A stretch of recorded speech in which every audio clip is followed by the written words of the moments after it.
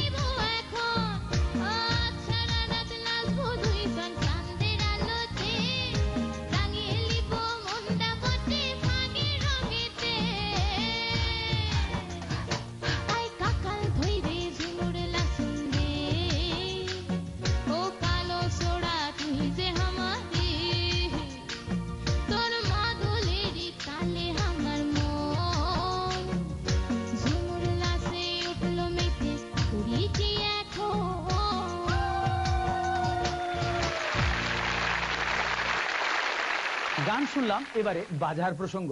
এই বাজার প্রসঙ্গ আসার সঙ্গে সঙ্গে আসে ঠকা এবং জেতার প্রসঙ্গ। ক্রেতা জেতার জন্য